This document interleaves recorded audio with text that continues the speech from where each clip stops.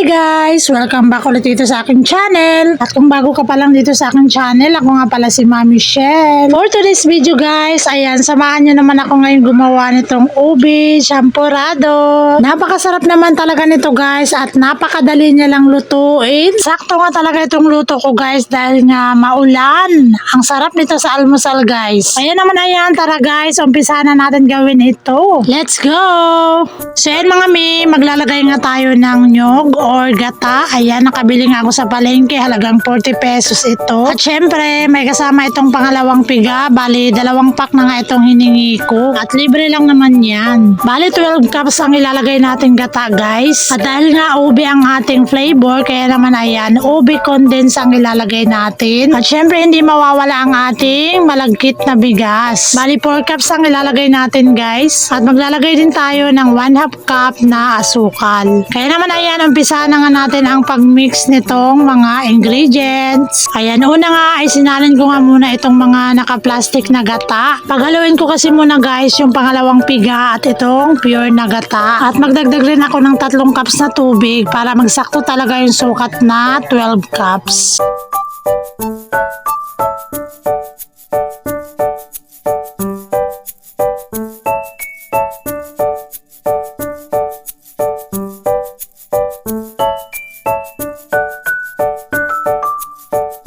I-mix lang natin siya mga mi para mag-combine talaga yung gata at yung pangalawang piga.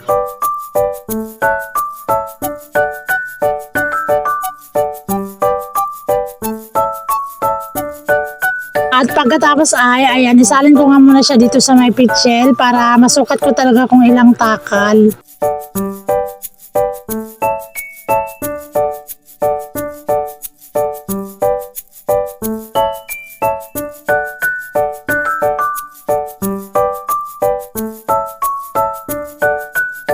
So ayan, susukatin na nga natin siya mga mi. Bale 12 cups ang ilalagay nating gata.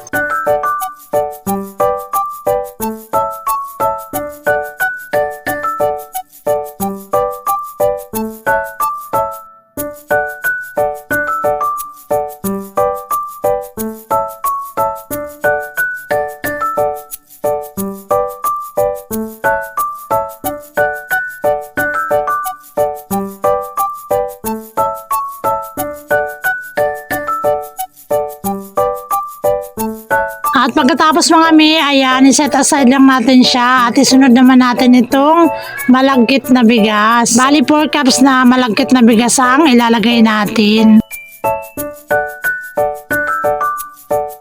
At pagkatapos ay ayan, hugasan lang natin siya ng mga 2 beses.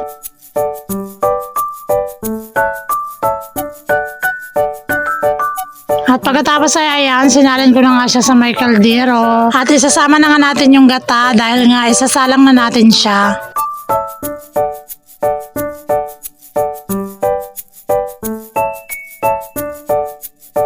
At huwag kalimutan, i-mix lang muna natin guys bago natin siya isalang. At isalang lang natin siya guys sa mahinang apoy. So yan guys, dahil nga kumulo na, ayan, umpisahan na natin siyang halu-haluin. Haluin lang natin ang haluin guys para hindi siya matutong.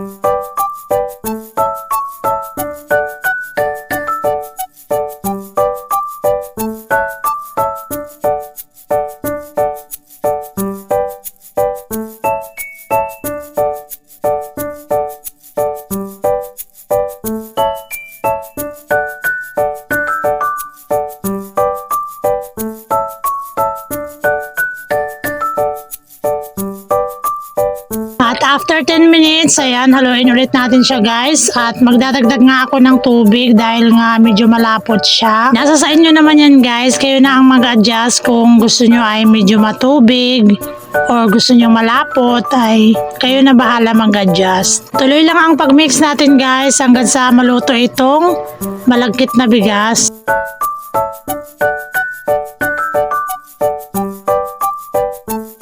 After 10 minutes, ayan, nilalagay naman natin itong ube condense.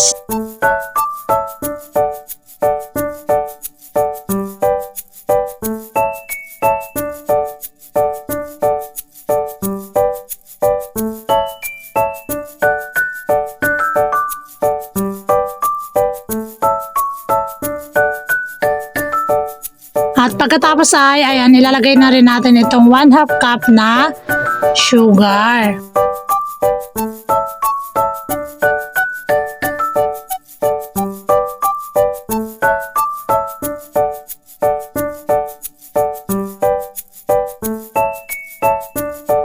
At habang hinahalo ko pa nga ito guys, ayan, shoutout muna sa aking mga viewers. Shoutout nga pala sa aking mga ka-team, Team Carls at sa Team United. At sa lahat ng mga nanonood lagi sa aking mga vlogs. Shoutout sa inyong lahat guys at maraming salamat. At sana guys, palike naman itong aking video at pa-subscribe na rin. Pakiclick na rin ang notification bell para maging updated kayo lagi kapag may bago akong uploads. At kung gusto mo namang gayahin guys, itong ginawa ko, ayan, ilalagay ko na lang sa description box ang mga ingredients na ginamit ko dito. At kung di mo pa alam kung saan makikita ang description box, ayan, tap mo lang ito, tap mo lang yung more, at ayan, makikita mo na ang nilalaman ng description box.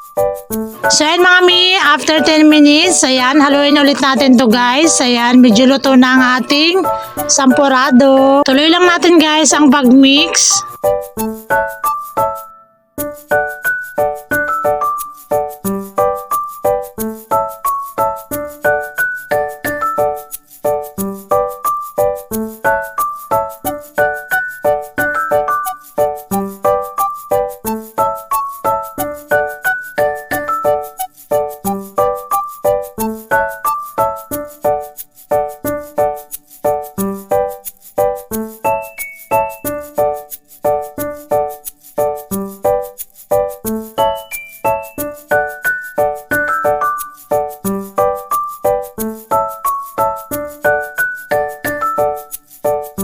So yan mga mi, ayan, luto na nga talaga itong ating ubi champurado.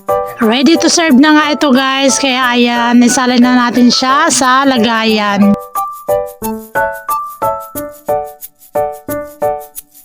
Medyo malapot nga itong gawa ko guys, pero wag kayo mag-alala dahil nga lalagyan pa naman natin yan ng gatas. Lalagyan pa natin siya sa ibabaw ng ibap. Ayan naman, ayan, ilalagay na nga natin itong toppings natin na milk. Kaya lang ayan, nagulat talaga ako guys dahil nga ang laki pala ng butas ng lata ko. Dapat pala talaga ay maliit lang ang butas para maganda naman yung design ng pagkalagay.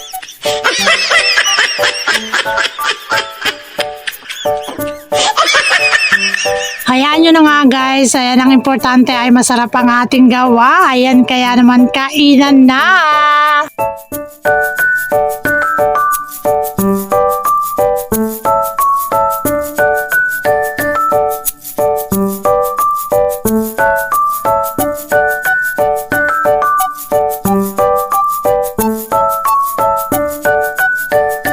So yun lang guys, hanggang dito na nga lang ako. Maraming salamat sa mga nanood at sumuporta. Sana ay may natutunan kayo sa aking recipe ngayon. Kaya naman ayan, maraming salamat. Happy cooking everyone. God bless. Sana ay huwag niyong kalimutan mag-like, comment at subscribe sa aking channel. See you on my next vlog. Bye-bye.